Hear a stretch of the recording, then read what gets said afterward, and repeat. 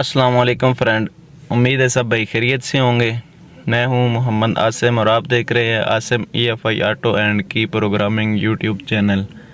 Friend, ये गाड़ी है टोयोटा अल्टस 2009 मॉडल है। इसकी फ्यूल एवरेज काफ़ी डिस्टर्ब है, 10 एवरेज कर रही है, 10.7। और इसको हम स्कैनर पे डायग्नोज करते हैं, रीड फॉल्ट कोड करेंगे और इसमें नो DTC आ रहा है।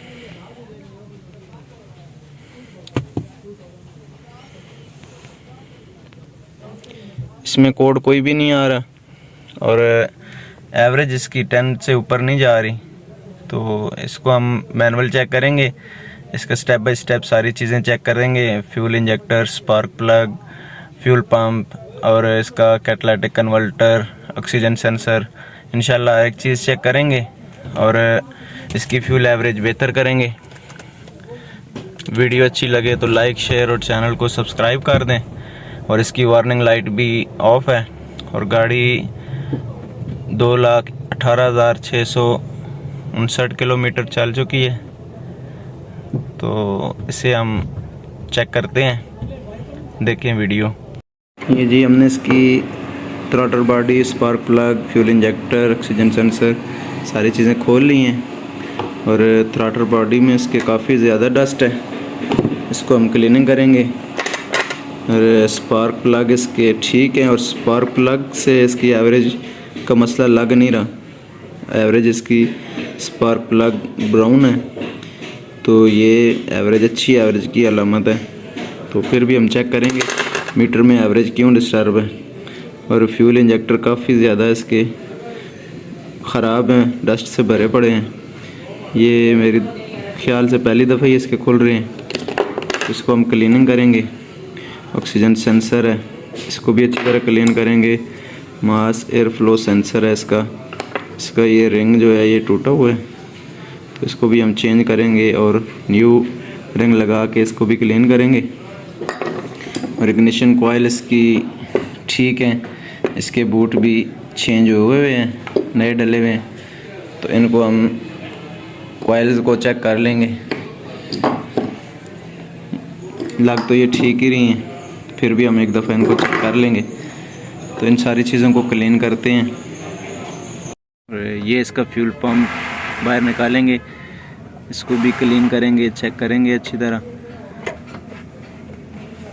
और ये फ्रेंड इसका फ्यूल इंजेक्टर निकाले हैं, तो ये यहाँ पे भी बहुत ज़्यादा मट्टी है, तो इसको भी हम सारी मिट्टी को क्लीन करेंगे। बहुत ज़्यादा मिट्टी है इसमें।